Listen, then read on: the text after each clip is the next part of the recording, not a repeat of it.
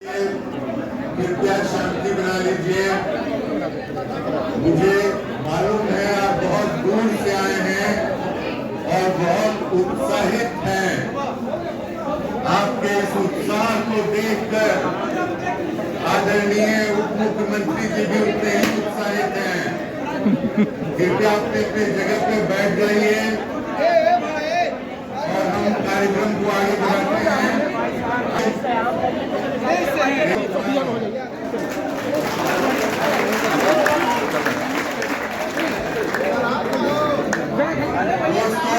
आज हम लोग श्री बाबू को याद करने आए हैं और श्री बाबू को इसलिए याद कर रहे हैं कि श्री बाबू एक महान हस्ती थे।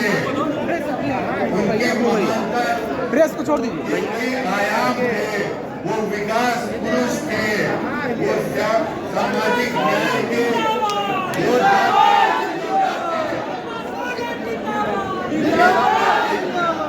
तो आज देश में जो हालात है, अगर आप थोड़ी शांति बनाएंगे तो आप अच्छे से सुन पाएंगे। आज देश में जो हालात है, उस हालात में श्री बाबू की बहुत याद आती है। अगर आज जिस तरह से देश की सत्ता चल रही है, तो श्री बाबू सबसे पहले उसके लिए आवाज उठाते और इसीलिए आदरणीय उप मुख्यमंत्री जी ने मुझे निर्देश किया कि आज के माहौल में श्री बाबू के विचारों को जन जन तक पहुंचाने की जरूरत है। उन्होंने ये भी कहा कि वो श्री बाबू के विचारों से अत्यंत प्रेरित हैं। तो दोस्तों, इसी क्रम में श्री तेजस्वी यादव जी के निर्देश पर आज ये कार्यक्रम का तालमेल भूना गया और आज इस विशाल जनसभा, यहाँ पर गोर है, नछोर है, महिलाएं हैं, पुरुष हैं, बच्चे हैं, युवा हैं। तो देखिए आज देश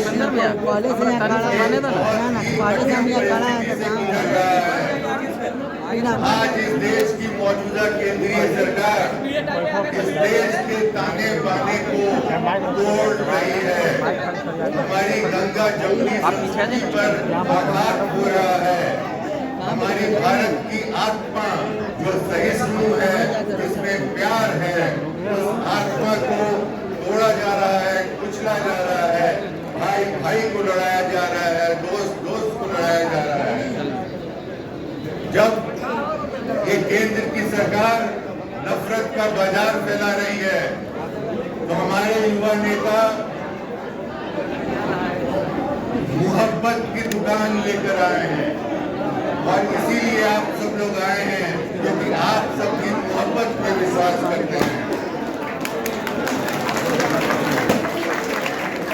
दोस्तों, जब देश में समाज को विभाजित करके राजनीति की जा रही है, तो हमारे युवा नेता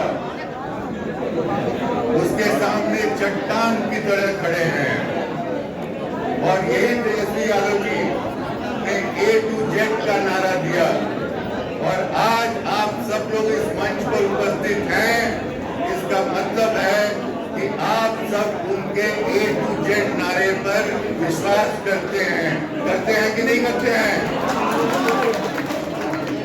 इन्होंने हमेशा कहा हमने जात की नहीं जमात की राजनीति की है। आज केंद्र की सरकार देश को आर्थिक दिवालियापन के स्तर पर पहुंचा दी है। मैं एक दो चीजों बताऊंगा, बाद में हमारे नेता बहुत कुछ बोलेंगे। इस देश में ये लोग हमेशा बोलते हैं कि पिछली सरकारों ने कोई काम नहीं किया। मनमोहन सिंह की सरकार में 10 साल में 5 लाख करोड़ बैंक लोन माफ हुए थे, उससे भी कम। और पिछले 9 साल में 25 लाख करोड़ लोन माफ किए गए हैं बैंकों के द्वारा। अब ये बताइए, आपका लोन माफ हुआ क्या? तो किसका लोन माफ हुआ? वही अडानी का, वही अंबानी का। अडानी अंबानी का नाम सुने हैं ना? वो कोई महापुरुष हैं, स्वतंत्रता सेनानी हैं, वो धन पुरुष हैं। जैसे आप लक्ष्मी माँ की पूजा करते हैं, वैसे ही मोदी जी अडानी और अंबानी की पूजा करते हैं, धन पशुओं की पूजा करते हैं। देश में इस समय 83 करोड़ जनता 5 किलो अनाज की ओर मुंह देख रही है। आपने 83 करोड़ जनता को भिखमंगा बना दिया 5 किलो अनाज देकर।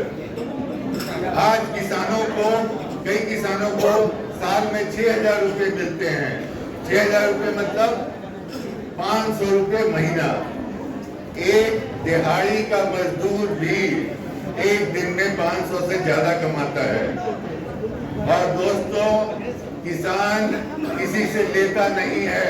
आप में से बहुत किसान होंगे। किसान अन्नदाता होता है कि नहीं होता है? किसान अगर किसी से लेता है तो सिर्फ अपनी धरती माँ से लेता है और उसके बदले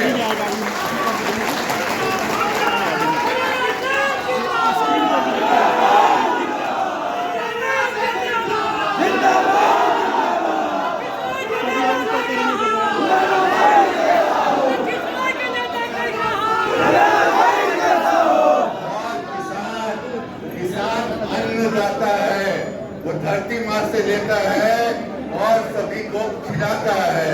वो भिखमंगा नहीं है। वो आकाश की तरफ पानी के लिए नजर उठाता है, लेकिन सरकार की तरफ 500 रुपए के लिए नजर नहीं उठाता है।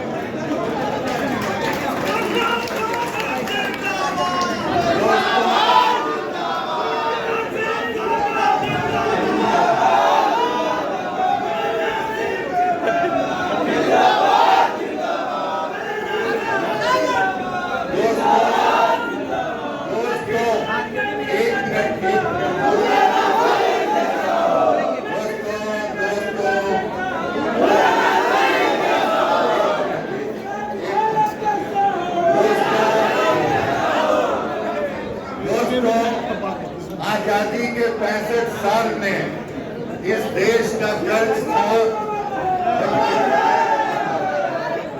आजादी के 65 साल में इस देश का विदेशी कर्ज था 50 लाख करोड़ रुपया, और पिछले 9 साल में ये 50 लाख करोड़ रुपया बढ़कर 1,01 करोड़ 73 लाख करोड़ हो गया है। मतलब समझिए 3 गुना 4 गुना बढ़ गया है। आप में से बहुत लोगों ने कर्ज नहीं लिया होगा। आप महसूस करते होंगे कि आप कर्ज मुक्त हैं, लेकिन इस देश की सरकार ने, इस मोदी सरकार ने हम आप सबके ऊपर 1,25,000 रुपए का कर्ज आपके माथे पर टप्पा लगा दिया है। आपने कर्ज नहीं लिया, लेकिन आप कर्जदार हैं। तो दोस्तों, बहुत आंकड़े हैं। आप सब विद्वान हैं। आज स्मार्टफोन का जमाना है। इंटरनेट पे जाइए, देखिए, सर्च कीजिए। आज हमारी आर्थिक स्थिति, जो हर व्यक्ति आय है, एक व्यक्ति एक दिन में कितना कमाता है, वो पाकिस्तान, बांग्लादेश, नेपाल, श्रीलंका से भी कम है। अब बताइए, हम पाकिस्तान से भी गए गुजरे हैं क्या? बताइए। लेकिन इस सरकार ने इस देश को बना दिया है। और इस सरकार से जब भी कोई सवाल करता है तो सारे संवैधानिक जो इंस्टीट्यूशंस हैं, उनकी धज्जियां उड़ा दी गई हैं। हर बात पे CBI, ED, income tax, rates, और इनके यहाँ एक वॉशिंग मशीन है।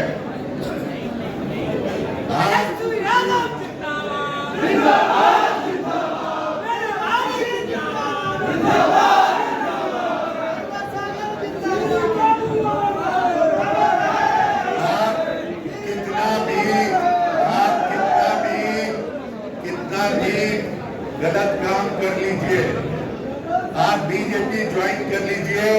बीजेपी की वॉशिंग मशीन में आप इधर से घुसेंगे तो कपड़ों पे दाग होगा, उधर से निकलेंगे तो निर्मा की सफेदी होगी। अगर आप लोग जो चेक पहने हैं, डिजाइनर कपड़े पहने हैं, बीजेपी के ऑफिस की तरफ मत जाइएगा, वो पकड़ के आपके सारे कपड़ों को साफ कर देंगे, सफेद कर देंगे। यह हालत है। और हमारे नेता, युवा नेता,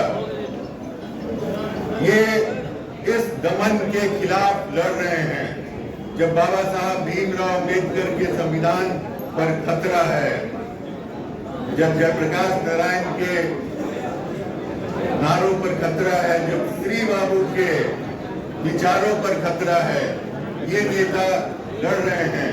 और हम सब कहते हैं, तेजस्वी जी आप आगे बढ़िए, ये पूरी जनता आपके साथ है।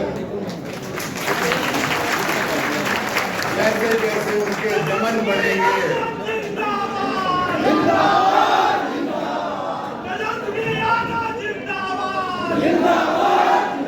जैसे जैसे उनके दमन बढ़ेंगे, हमारे हौसले बढ़ेंगे।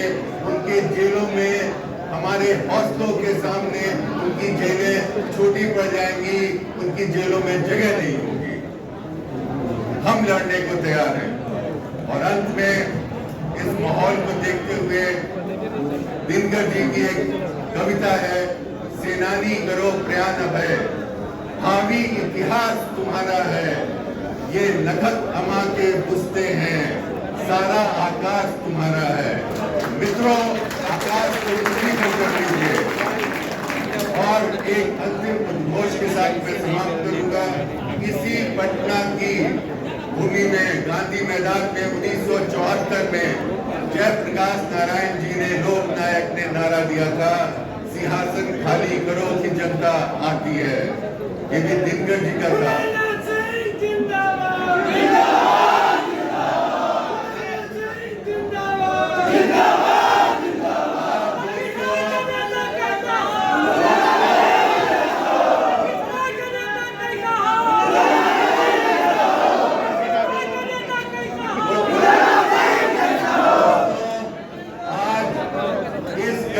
सभागार से फिर एक बार हम दृढ़ निश्चय लेते हैं कि सिंहासन खाली करो कि जनता आती है। और मैं बोलूंगा, सिंहासन खाली करो, आप बोलिएगा जनता आती है। मेरे बाद, सिंहासन खाली करो, जनता आती है। सिंहासन खाली करो, जनता आती है। परशुराम के वंशजों, आपकी आवाज इतनी भोर निकले कि ये मोदी सरकार की सत्ता लुढ़क जाए। लास्ट में सिंहासन खाली करो। बहुत बहुत धन्यवाद। जय हिंद।